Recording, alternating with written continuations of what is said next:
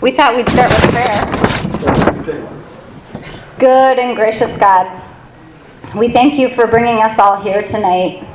We give you praise for the opportunity to share our story, and we ask that the words that we say and the stories that we tell will bring you glory.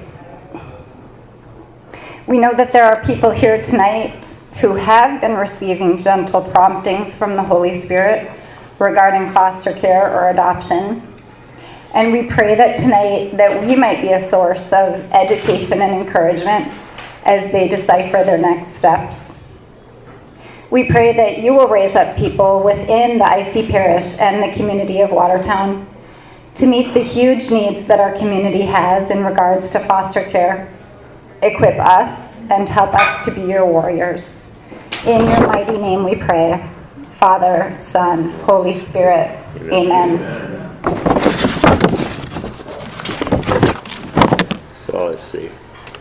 Sheri kind of set up all what we need to talk about. So make sure if she rolls her eyes or something, I said something wrong. So a little about us, and you kind of heard about our family already. But for 7 years, we've been foster parents. And what was that? Oh, I thought somebody had a question. The first placement we had was a little boy. His name was Gabe, but he was 14 months old, and he stayed with us for just shy of a year. And then he came back when he was 3 and stayed with us, and he stayed for just about another year, and now he's back with his biological dad. So we had another group of 4 siblings, and they stayed for 6 months. And we had 3 of our own kids, so you add that together, and we went from 5 to 9 overnight. And that was like an emergency placement. They needed to come out of the home they were in, like right away. So they talked to Sheri. Sheri called me, and that night we moved them in. So, and it was really interesting when we'd come to town for church. We would have to drive 2 vehicles because even a Suburban didn't haul everybody. So on days when you saw a truck in the parking lot on Sunday, it was me picking up feed, hauling one of our kids, and me driving a truck instead of all of us riding together. We probably had a dozen respite. You know, people see kids that would come and stay short term. Kids that would come and stay short term. It would be, let's say, Sheri and I had a family wedding that was planned before the kids were placed with us, and then Megan would find another family that was licensed to watch those kids. They're kind of like babysitters, and there's a real need for that right now. So, I think you're next. So one thing that was kind of interesting about the timing of this event, like Missy said, we all have our own stories, and different times come up where we're available to share them or wanting to share them or whatever. And it was kind of interesting because I think the first time Missy and I talked about it would be neat to be able to share more about foster care and what needs there are in the community and how it's impacted our life. It was several years ago when we had that group of 4 teenagers and the 7-year-old, and so we had this group of 7 kids with us all over. And so now it's been a couple years since then, but it is very interesting timing because November is, in the United States, is National Adoption Awareness Month. And so that was just kind of an interesting coincidence with the timing of this. And the other thing, for those of you who have read the Parish Neighbor and gotten to the section on Pope Francis's prayer intentions for December, and his prayer intention for December is the future of the very young, and that every country would take measures necessary to prioritize the future of the very young, especially those who are suffering. So I thought that that was unique timing with this event, and we do feel like this is something that we do want to share and make sure people can have questions answered and that we can share our story about. I think the interesting thing to think about is, what does foster mean? You know, you could have a garden, and you would foster it to become something very special to you, and it would be the definition of you. And that's what children should be. But the definition of foster is to encourage or promote the development of something or someone. These children just need, you know, when their parents can't do it, it's the same as your kids if you drop them off at grandma's. They need someone to bring them up, take care of them, make sure everything's okay, and be there for them when their biological parents can't be. So a little bit about how our family got into fostering.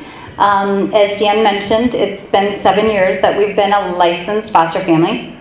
So when we first got into it, we did go through a season of several years of infertility as a couple. And I always had kind of a heart and an interest in international adoption.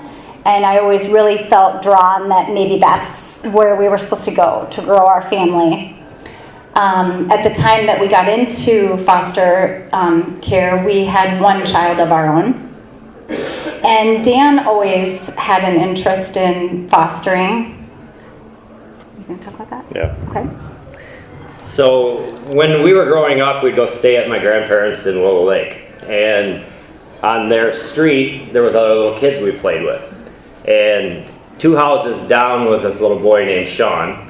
And we played with him and his little sister. And he had one of them, for lack of better terms, a rough mom.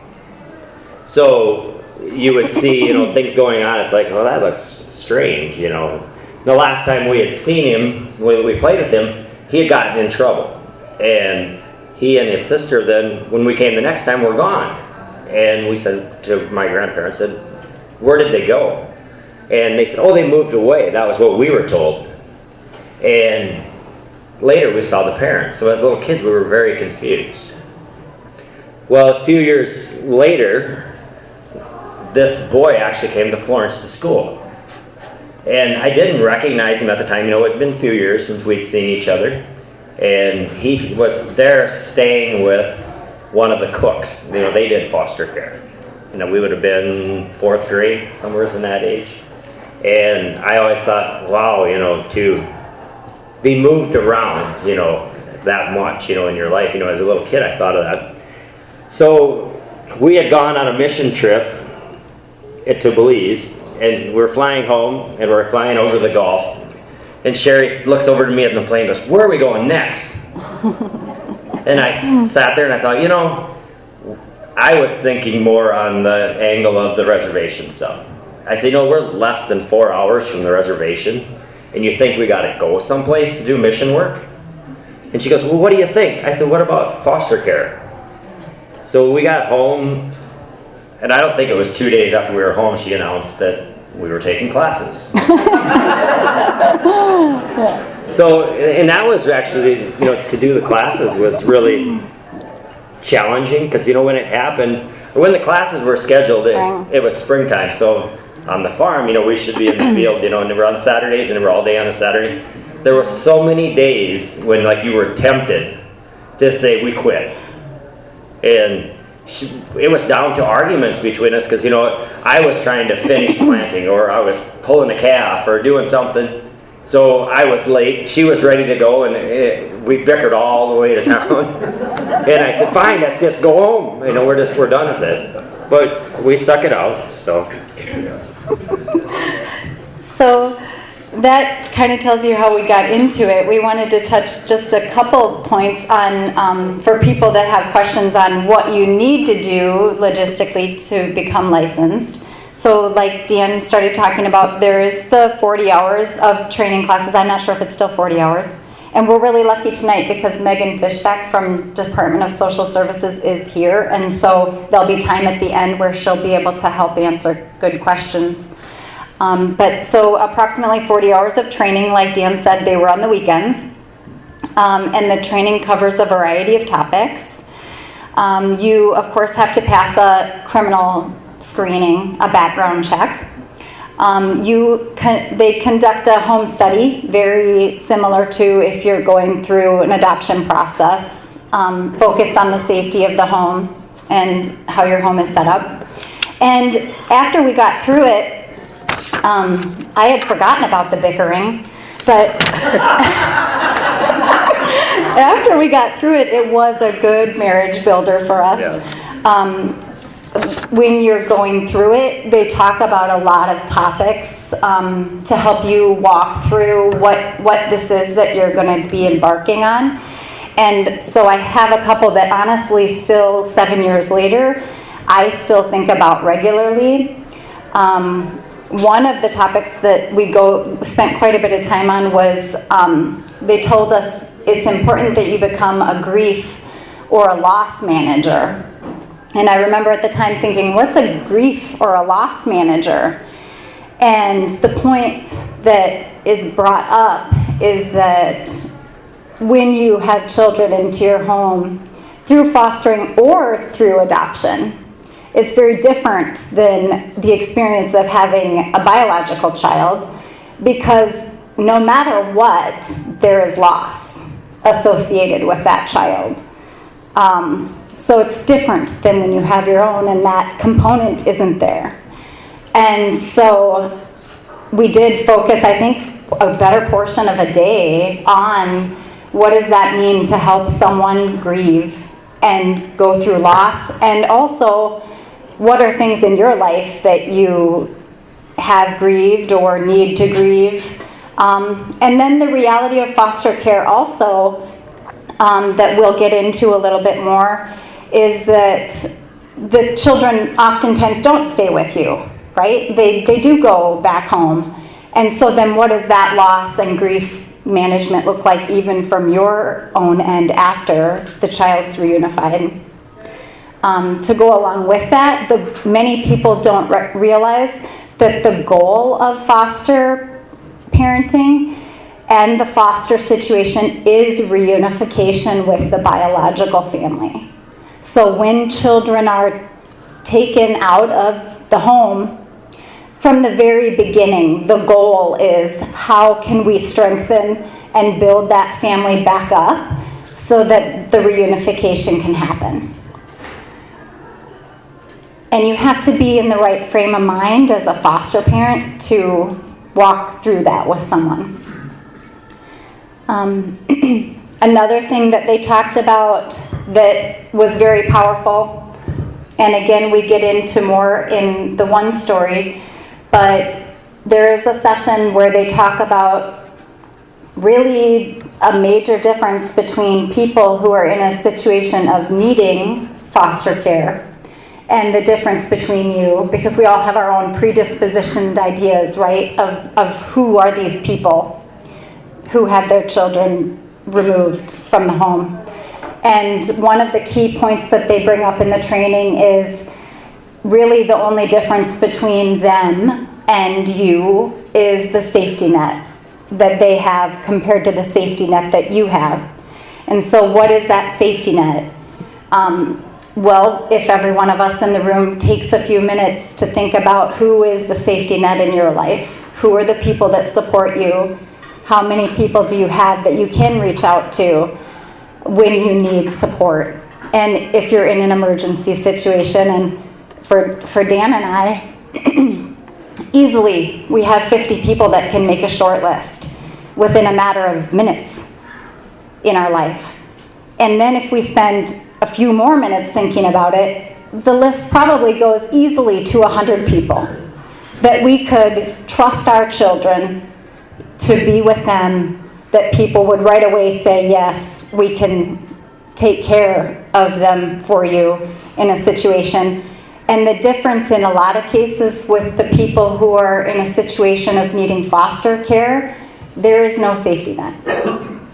There is for sure not 100 people. And I still think about that today because it's very humbling when you can step back and recognize how deep and wide your safety net is compared to other people. Just a point I wanted to bring up as we talk about the foster care journey is that because I think this is a question people might have, is that you can tell your licensing person what you feel comfortable handling. So there's all sorts of situations, and I'm sure at the end when we have time for questions, there'll be questions on this. But when we started, as I said, we had our son 5 years old, and so we said, we really are in a situation where we kind of want one child. We would prefer that child would be younger than our current child to keep, birth order. At the time, we weren't comfortable with sexual abuse situations, so we kind of had that on our list as not wanting to be in that scenario. So you can make your feelings known and your comfort level known to the social workers that you're working with on what level you feel you're prepared to handle. So I guess now we'll talk about Gary.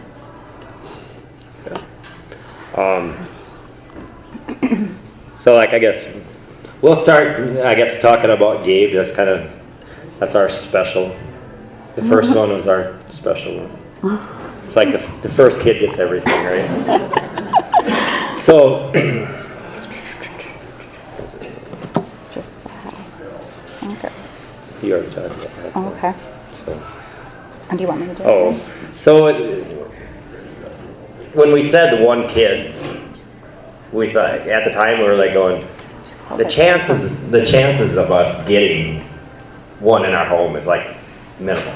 I mean, we put the conditions, it has to be younger than James. No sexual abuse. It's got to come from a perfect model home. So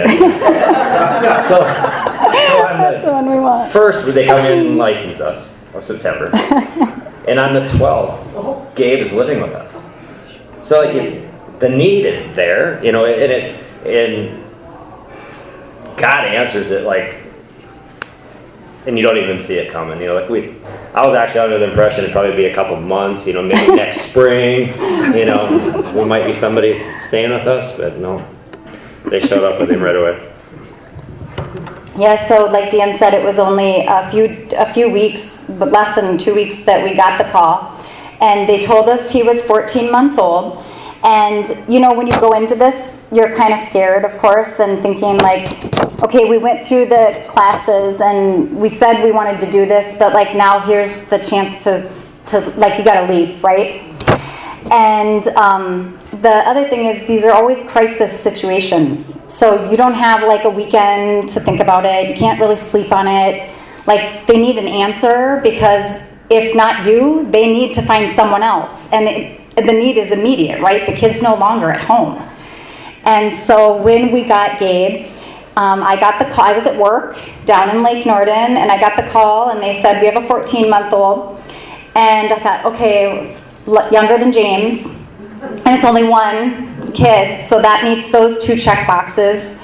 And then I thought, well, 14 months old, who's going to do daycare for this child? It has to be a state daycare. And I thought, I can't line up daycare. I'm at work. So I said to the person calling, trying to place, I said, well, if you can line up daycare for this 14-month-old, then we can probably do it. But, I'm not going to be able to do that on my own.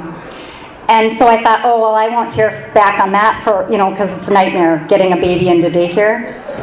And so literally 5 minutes later, she calls and she's like, yep, we got a spot for you. He's in to this daycare. And so it was just kind of one of those, here's the big neon sign saying, you can do this, you can take the leap, it's going to work out. And that's how he came in. And the amazing thing about it is you get paperwork when they come into your home, that gives details. And for example, a birth date. And that very first night that we had him, then I finally had a second, I was paging through the paperwork. This kind of goes into the, God's timing is perfect. And I was paging through the paperwork and I looked at his birthday.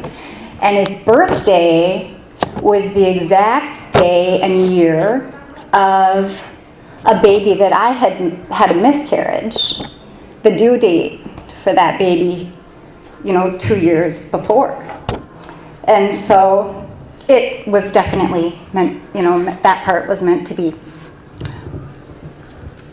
I'll talk a little bit about like working with the parents, the biological parents. When we had Gabe, she was at work, so we had this, when we raised James, it was kind of this shift thing. She went to work early, and because we weren't going to have our kids at daycare for a long time, so she would go to work early in the morning, and then I would take him with me or take him to daycare. And so it was this like shuffle thing. So I ended up going to the dentist the first time with Gabe. So we went in, and I don't remember the social worker's name, but he had to come with us, and we went to the dentist's office, and we're up at the counter, and we're signing him in, and he's playing with the toys, behind me, and the social worker's talking, and I'm all new to this, so he's got to kind of walk me through this, like, am I really his guardian? Kind of a thought, and so he's sitting there, he's kind of looking around, he's getting kind of nervous, so then he says something about, oh yeah, his mom's gonna be here, but we'll be gone by the time she gets here. Okay. So we're filling out the stuff, and all of a sudden he goes, Sheri.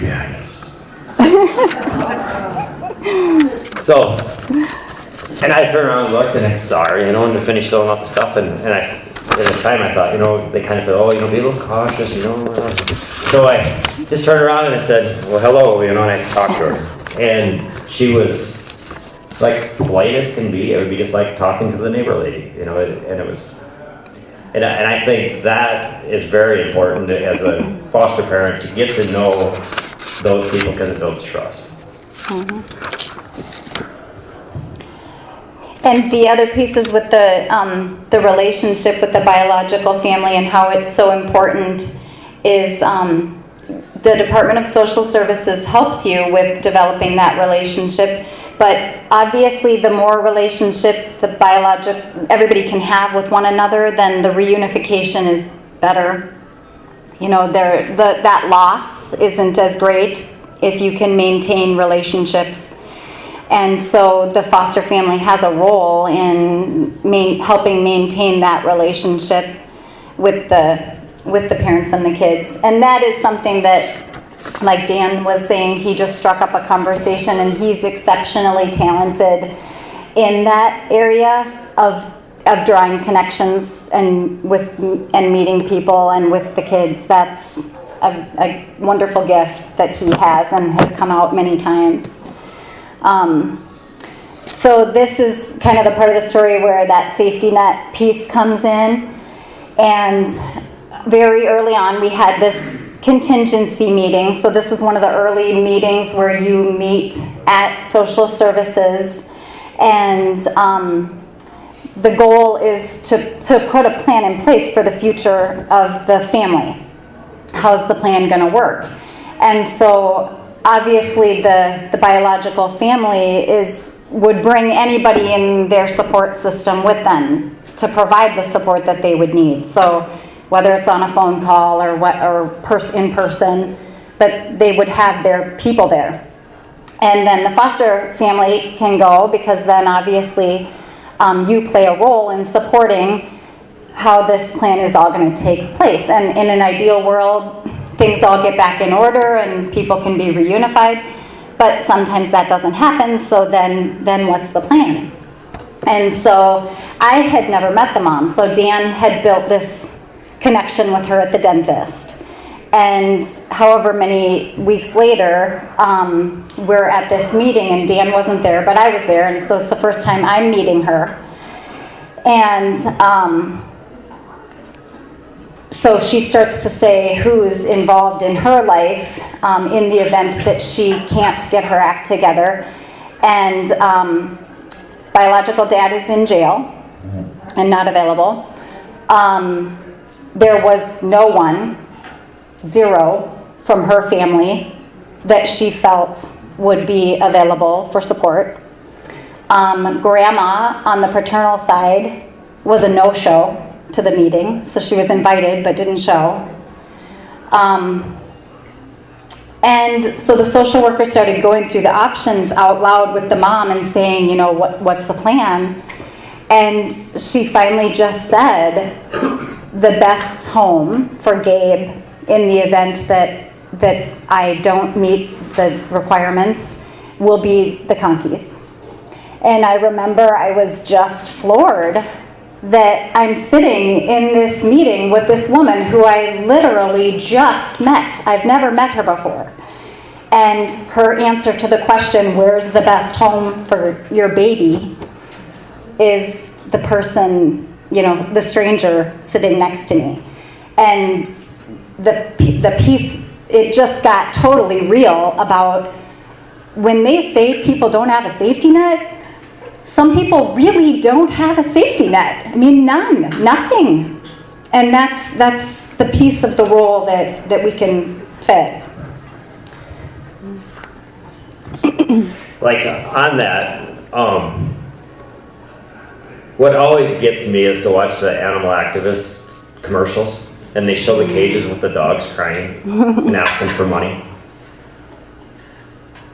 Nobody even considers these kids that are out there that need, the more support than that dog does.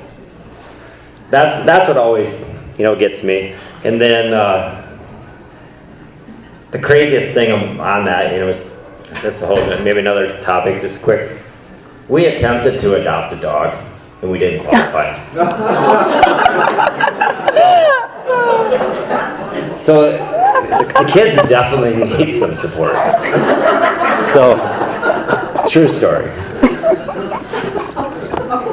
So the mom, she worked really hard, and she attempted, to do everything that she needed to do but it was like evil had, she wasn't evil, but evil had a grip on her, and she never had a safety net. The dad sort of had a safety net, but as soon as he started getting his act together, his safety net disappeared. They had one thing that they needed from him. It's what he wasn't supposed to have. Yeah. So his friends just sweat. But anyway, the mom, then she tried. The dad got out. He got a pretty decent relationship with Gabe, and we stayed really connected. Like the mom would come to church with us on Sundays. We would go out to eat different times. Mother's Day. We made sure at Christmas time that, Christmas Mass, they would come along with us to church. Different things like that to keep the kid connected. And we didn't talk about this, but they want you to keep a life book, like pictures and, like the kid's old enough to have report cards. All this stuff is kept by social services, so that when the kid is in his 20s, he has someplace he could go back to, because when they're jumped from home to home, or from family member to family member, they put their at grandma's for a while, and then pretty soon they're at, their older sibling who's 10 years older, that type of stuff. This stuff gets lost. So then the social services, they keep a book that's always there on file. I think, how long do they keep them around? Years or forever? Oh, man. So. Long time. Okay. So in the meantime, after we got Gabe, we had him for a month, and I, lo and behold, got pregnant after all of these issues. And so we had Gabe, we continued with Gabe. We were open to adopting him. And by the end of that year, it got time for their reunification to happen. And so they reunified, so Gabriel left, and we had our second child. And then a really neat part of the story is, because of the relationship that we had developed, then it came time for us to baptize our baby, Ellis, and they decided to also baptize Gabe at the same time, and then asked us to be his godparents. And so when we had that baptism, it was a double baptism where we were his godparents, and we baptized ours. And so it was just a very special kind of, what we thought at the time was the end of that relationship. And then we stayed in touch. And then you know more about this part. The year later, when he called you because he was going to go back in. So, like she was saying about keeping in touch, when he had birthday parties, we would go and take our kids to the birthday party at their place, and so we would talk off and on. And then we had just drove the combine in the shed. And my phone rings, and it's the dad. And he says, hey, we got a problem, I think. Or I don't remember how he worded it, but basically they had a problem. He said, can you guys come get him? A year later. This was later. A year after he had been back in the home with them. They said, they're on to us for what they're doing. What they were doing that was wrong. They were breaking the reunification, and the pact they were supposed to follow. And they knew that they were going to remove. So then, that weekend, I went and picked him up, and then that Monday, I called down to the office and told him, because I didn't feel comfortable having him in our house and being responsible for like his health care, or if he got hurt, or that kind of stuff, without basically the supervision of the system. And then that second time, all the work that you did. So like Sheri was saying, how she went and to that reunification contingency meeting. The mom didn't go. The time that I went, it was only with the dad. And the deal with the safety net, he could invite people, generally as friends or family, like someone close that knows them well enough to know, okay, that you have to do A, B, C, D, and then you can have your child back. And he called me and requested that I be one of the people on his panel. That was one person that he kind of knew from work, and me. That was his safety net. Mm-hmm. And I found it very interesting to, like the things we went through, to me felt like very simple things in life. It was like, get a job, stay out of trouble, be there for your kid. That was the important things.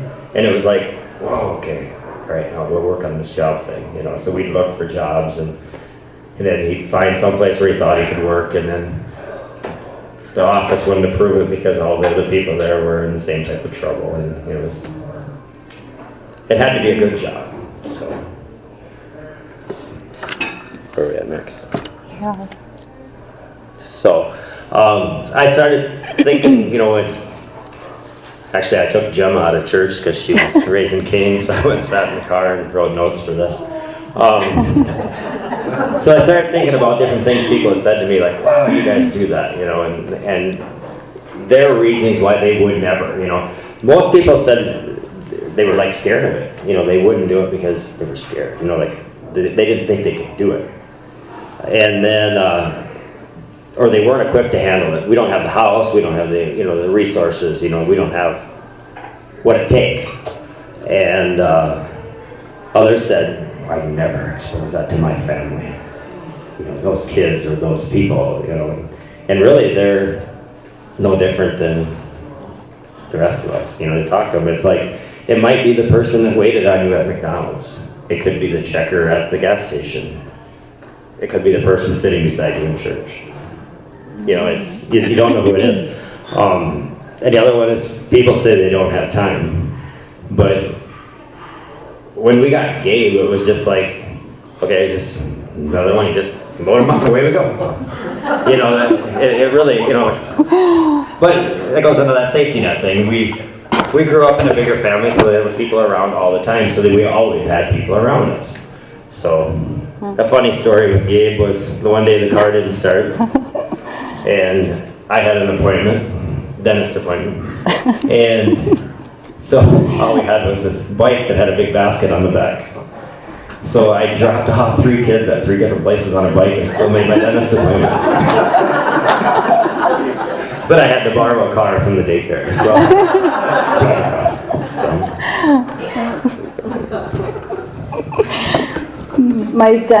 the dentist is our good friend, and she goes, I'll just never forget seeing Dan biking across town with this big basket with 3 kids in the back. And she said, and when he drove by, I thought, he's my 8 o'clock. So for people that are interested in resources, and like we said, Megan is going to be here to answer some questions. Just this week, and I think it's because of the whole November National Awareness Campaign for Adoption, Focus on the Family is a very good Christian resource with a big ministry with fostering. They actually have a campaign called Wait No More, and it's focused on kids that are available for adoption in the foster care system. And so they gave these statistics that in the United States there's approximately 440,000 children in foster care. And approximately 1/4 of them are available right now for adoption. And then they made the good point that there's approximately 360,000 Christian churches in the United States. And so it would only take one family from 1/3 of the Christian churches in the United States, and there would be no children waiting for adoption in the United States in foster care. So I think that even where I take it one step further is, even if not the adoption, how can our church support people who are doing fostering? And so some of the things that I think we can dovetail on Father Fox's homily from a month or so ago about the Good Samaritan and who is my neighbor, and that whole concept of us really asking who is my neighbor. Being a safety net for people, like we've said many times, that the need for people to have the safety net, that's the real need. So who in your life can you be that safety net for, even beyond family? We said early on that we've had around a dozen respite care, and Dan explained that what that really is the short-term day here, day there, weekend here need. Honestly, if people would be interested in getting licensed only to do respite care, that would meet a great need in the Watertown community. Some other things that I thought about when people ask, oh my goodness, so like what can we do? Not so much for the short term, but like for example, when we had the 3 teenagers and the 7-year-old and then our own kids, and of course you receive money for doing foster care, and so then that helps offset the costs of having the children in your care. So it's not as though I just want to be careful to make sure that this next thing makes it sound like, oh, we're putting all of our own money into this, because that's not really the way it is. You receive money from the system. But an example, when we had those kids, is we decided one day, oh, you know what? It would be really fun to go to the Watertown hockey Laker game. And so we all of us, 9 of us, went to the Watertown Laker hockey game. And as we were there, and we're like paying to get in and paying to get concession stands and paying, like literally when we left, we were like, wow, we just spent like $300 at the Go Lakers, And again, not that we needed that money, but it's something to think about, that if there's family that are doing this, hey, maybe you could give them an event pass or a pass to the rec center. Or one of the gals that I just loved that we had for the while, she was a little runner along with me. And so we would do 5Ks together. And again, not a big deal for us, but if you're going to do it for a while, $25 a pop for a 5K, that stuff adds up. So I think that as we kind of end and open up for questions, that's something I'd like to leave with everyone, is that even if you're maybe not thinking you're being called to do foster care yourself, there's many, many ways to support the system. And wouldn't it be cool if Immaculate Conception had its own little mission where the people who do fostering really have have a new support system and a new safety net for when they're caring for children. I think that's a neat vision for us to take from tonight. So, of course, I forgot you can pray. Obviously, that's another big one. So we wanted to open it up to questions. Did you have anything else? Annie's got a question. Just because I kind of knew about the cave situation and I didn't know. Was it hard on Gabe? Was it hard on Gabe as it was on you guys when he left?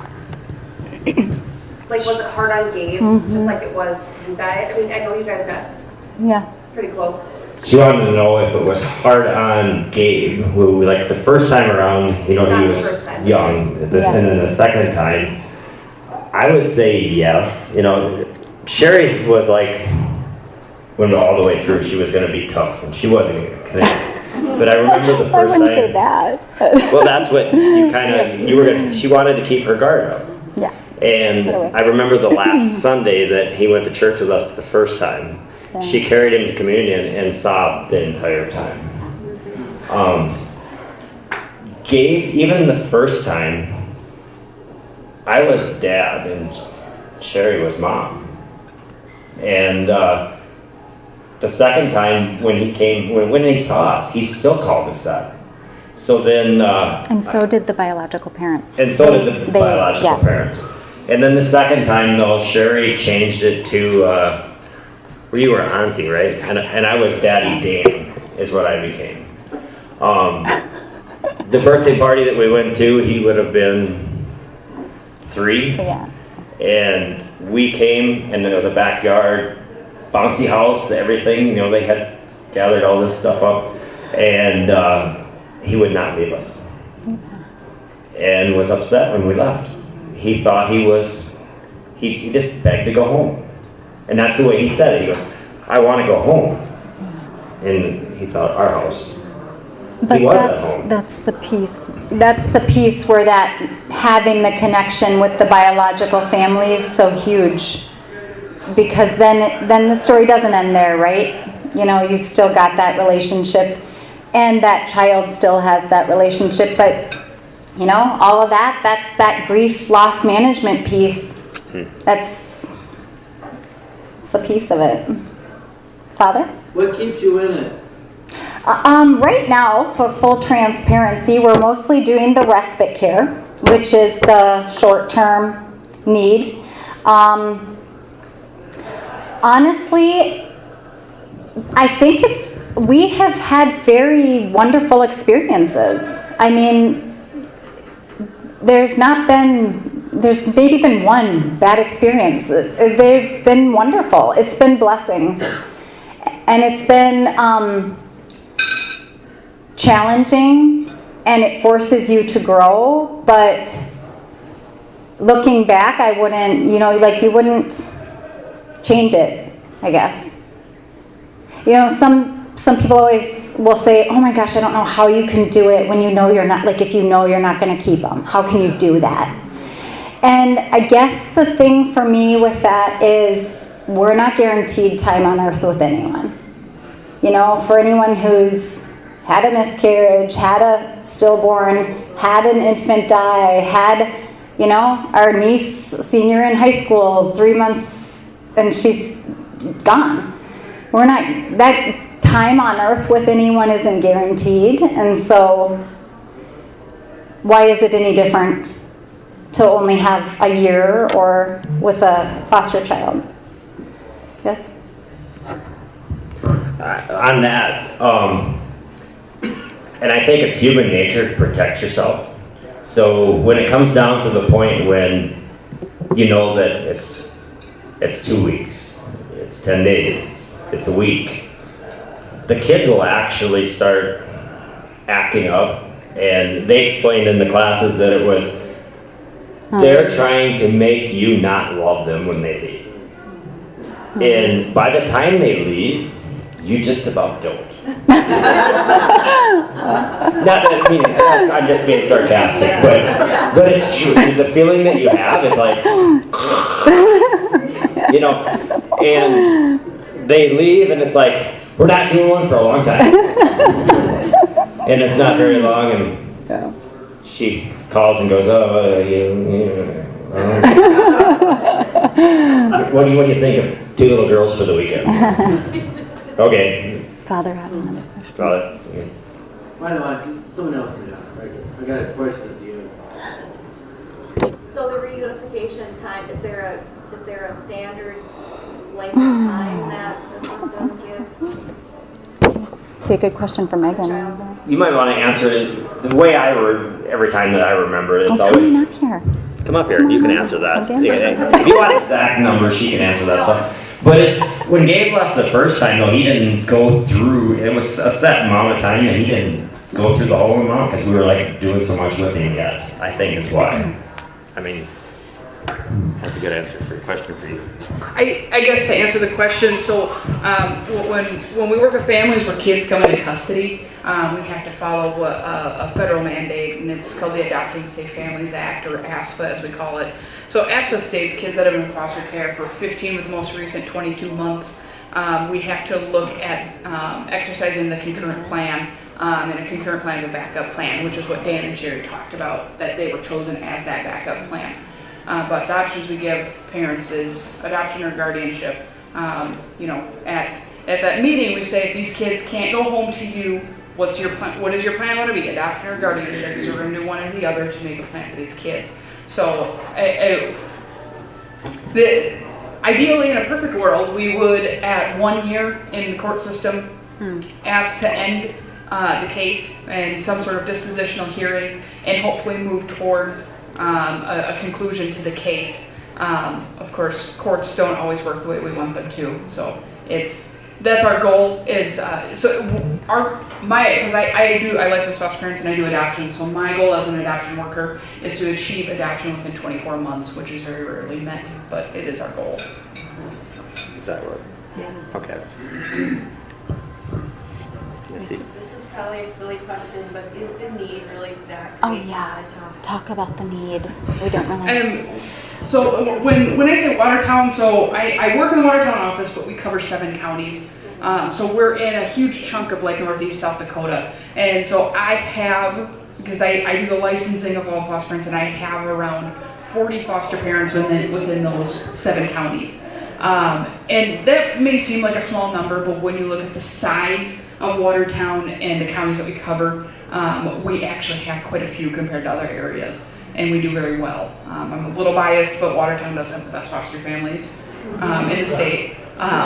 But we definitely need a lot more. So, you know, we have kids that we remove from our coverage area, but foster parents are foster parents, and kids in South Dakota that need foster care can come from anywhere. And so if, for example, we look at Rapid City, which is kind of a disaster right now, they have a huge crisis in number of foster homes and number of kids that are sitting in shelters, Children's Inn, CHS, different places like that, where they can't find a home for the kids. So we have a lot of West River kids that are over here in our Watertown homes, our Brookings homes, our Huron homes, stuff like that. Because they don't have enough homes, which is very frustrating because, you know, I accept all of these Rapid City kids into our Watertown homes, and then we remove kids from Watertown and we don't have a place to put them, and so then we send them to to Aberdeen or something like that. So the more foster homes we have, my job is when I'm placing kids and calling foster parents, I'm trying to find the best match for the kids, not for the foster parents. But it's what can the foster parents offer to the kids? What skills do they have that can help the kids through the situation? And so the more foster parents that we have, the better matches I can make with families and the better outcomes for kids. So I mean, just having people to turn to, and little things. I mean, I'm always reaching out to other foster parents to assist in all kinds of things. We get really creative when we place kids.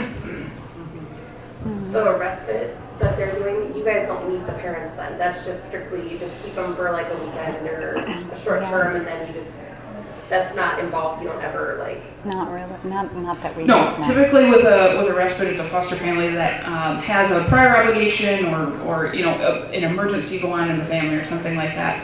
And then the kids will go with the respite provider that I line up, and I usually let the two sets of foster parents talk between each other and work out the details. So you usually just meet the foster family that has them. That was my question. Do you have opportunity to gather with other foster parents so that you can, talk about? There's Christmas You want parties. to do it, or- Yeah. I try to organize foster parent parties, 3 different foster parent parties throughout the year. We have a Christmas party. May is Foster Parent Appreciation Month, so we always do an appreciation dinner, which is often here. And it's just a dinner. We give out prizes and show a little appreciation to the foster parents. And then I do what we call a back to school party. And it's at Thunder Road, and it's because the main party is the only one where we don't invite kids. It's meant for the foster parents. So the Christmas party, they get gifts. The back to school party, they get to go play at Thunder Road and play in an arcade and whatnot. So it's a chance for foster parents to mingle amongst each other. And certainly, fostering is extremely difficult, and it's very stressful, and it takes a lot of skill to do. And sometimes I like to connect maybe foster parents that are having a hard time. I like to connect them with other people, other foster parents that can maybe help them through some difficult times. And so if somebody reaches out to me, I'll try to connect them with somebody who can help them through that hard time. So I definitely encourage foster parents because, it's a confidentiality thing. Foster parents can't just go to their friend and tell them everything that's going on with the kids because you're bound by confidentiality. And so a lot of times the caseworker is the only one, and sometimes, the caseworker isn't very fun to talk to. And you reach out, busy, yeah. So reaching out to another foster parent where you can kind of get a little bit more full disclosure is helpful. are you also short on social workers? Yeah. I was just meeting with a foster family today, and then they asked because they've been fostering for a really long time. And, well, how's the office going? I'm like, well, we're short staffed again, but we were full staff for 8 months, and so that's pretty good in our world. So we're short staffed again. So there's job openings at DSS. Anybody wants to apply? We heard the term safety nets. Is there a way that churches can be a safety net for the foster parents? I mean, you use that word, so I'm giving it back to you. I honestly, it would be my prayer and my hope that tonight's event would spur on something like that. I think we need to be, right? As a Christian church, we have that mandate. We must. So like if I bought the 3 of you lunch, can we talk about that? Yeah. Yeah, and I was also going to say, if there's anyone who wants more, Dan and I are more than willing to do sidebar, get together at a supper or whatever. But yeah, I would love that invitation, Father, because I think the size of our parish, I think that why wouldn't we? I was just thinking of sponsoring Thunder Road and having a little fun one night, but you might have something else in mind. Yeah. Do we have other foster parents in Oh, yeah. the conception that you know of? Comas, or Yeah, Maury. Maury and Brenda Comas. Maury and Brenda. 2 others at Holy Name that I know of. 2 others at Holy Name, Yeah. she said. Otherwise, I don't know anybody else. Really? I only know the Comases that I see personally, but Talk about helping. I have a client that was a foster parent. I don't know if you are, but she had 3 or 4 kids, and her daughter was also a foster, and they had like siblings. There was 6 in the family. Or something. Between the 2 of them, they had all the kids, and I said, "Do you ever get them together?"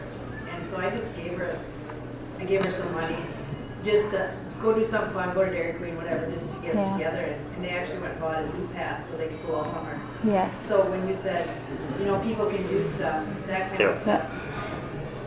Yeah, absolutely. Anything that would be an activity around town would be appropriate. I know when Megan and I talked about this a couple years ago, and we've never gotten anything off the ground, but it's like, even just to have a list of, here's who's willing to provide what, so that when you do all of a sudden have 6 kids, hey, who could we reach out to that could provide, when we had the teenagers, the oldest boy was really into fishing. And honestly, they didn't even come with very many personal belongings, and one of his prized possessions that he had with him was all of his fishing tackle. That was one of the things that he brought along. And we don't fish as a family. And I always thought, what a shame that we can't connect him to someone to go fishing. I mean, obviously people do it all over town, we don't, but lots of people do every weekend, so wouldn't it be fun if you could, make those connections? So is there a running list through the social services of needs that you can share with different churches as far as your actual needs, instead of just like trying to figure out what that need is? Good question. It's hard to answer. What's that person? Yeah. Yeah, I mean, we accept, so our back storage room, we have a pile of clothes and shoes and winter gear and stuff like that is donated to us. So I mean that those are always options. Because when kids come into care, we try to throw together a little bag to get them through the next couple of days, and toothbrush and toothpaste and stuff like that, until the foster parents can get to the store. But there are those things to donate in that way.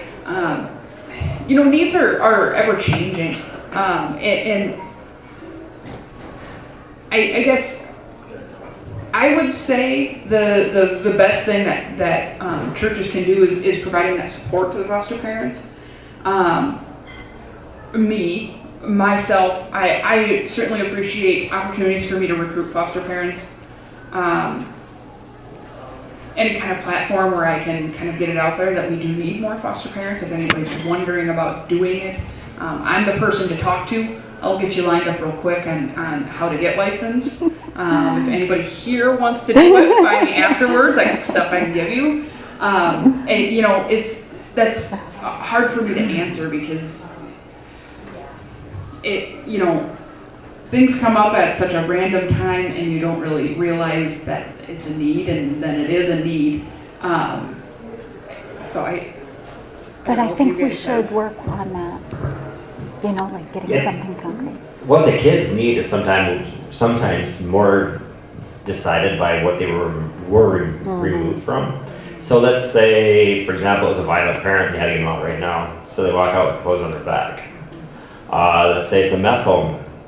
Everything is gone. There's no teddy bears, and there's no book bags, nothing. It's the kid, it's kind of the same thing. Or if you go into a home where, let's say, it's a single mom or single parent with no safety net in the community, and they screwed up and they got a DWI. Where's the kid go? These guys get called. So they can go to their house, they can pick up what they need, and that kind of stuff on those cases, right? So, I mean, there's nothing wrong with any of the kids. It's just the situation they're coming from. So where is Gabe, and how's he doing, and when's the last time you saw him? It's been a while, but he's up by I saw him Millbank. Hy-Vee the other day. Did you? Just happened to walk by him. How's he doing? This summer, I saw him and his dad out by the interstate, riding in a pickup. So he's here in town then? What's that? He's here in town then, and with his family? They're not. They don't live here in town. Oh, They're no. one of the neighboring towns. So. And we haven't stayed in touch with him now. The dad was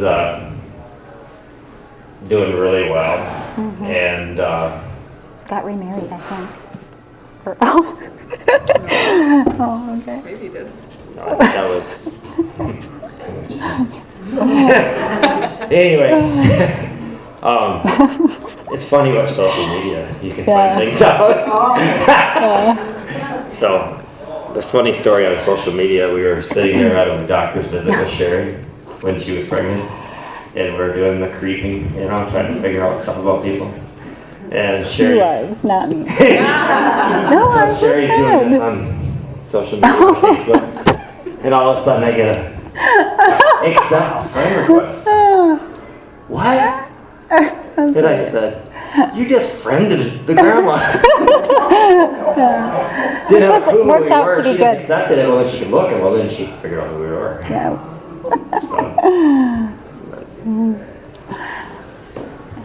It's fun though. It's very rewarding.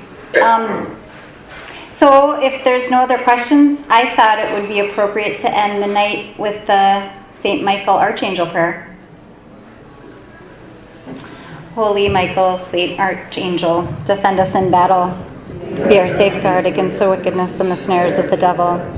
May God rebuke him, we humbly pray. And do thou, O Prince of heavenly host, cast into hell Satan and all the evil spirits who wander around the world seeking the ruin of souls. Amen. Their Son, Holy Spirit. Amen. Thank you, guys.